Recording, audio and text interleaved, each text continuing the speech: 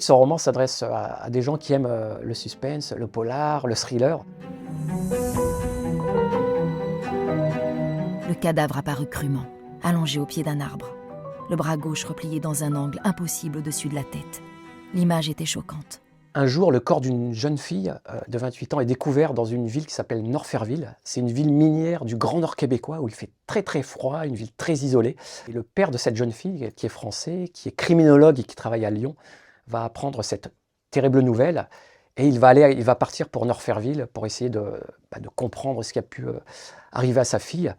Et il va être amené à collaborer avec Léonie, qui est une jeune flic de la Sûreté du Québec. C'est un peu l'équivalent de la police criminelle française, qui va être envoyée dans cette ville très isolée pour mener l'enquête. Et c'est une ville qu'elle déteste, qui lui fait très peur, parce qu'en fait, dans sa jeunesse, quand elle avait 16 ans, elle habitait cette ville, et elle y a été violée. Et donc c'est un enfer pour elle un peu de retourner dans cette ville complètement isolée du Grand Nord québécois. Le sergent s'alluma une cigarette. Aussitôt, l'odeur âcre de la fumée serra le ventre de Léonie.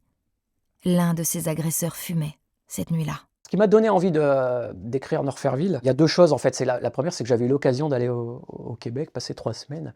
Et moi, ce qui m'avait fasciné, en fait, c'est ces grands espaces infinis, ce grand territoire très peu peuplé finalement, où on se dit, moi en tant que romancier, auteur de romans policiers, où je me dis, il peut se passer des choses un peu terrifiantes dans ces endroits-là, donc ça m'avait beaucoup inspiré.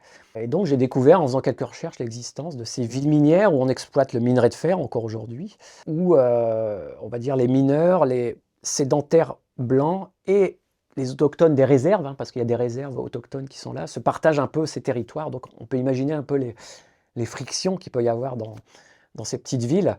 Et aussi, j'ai découvert la violence qui s'est développée vis-à-vis des femmes autochtones, à la fois dans les communautés, mais aussi des personnes extérieures aux communautés qui y exerçaient une violence sur ces femmes, complètement démunies, abandonnées. Voilà, donc ça, c'est quelque chose qui m'a intéressé, qu'on retrouve en trame de fond du roman. Dans un silence glacial, le sergent se gara enfin derrière une autre voiture de la SQ qui bouchait la voie. Léonie se souvenait que cette piste était l'une des plus belles, mais aussi l'une des plus empruntées par les autochtones qui partaient pêcher.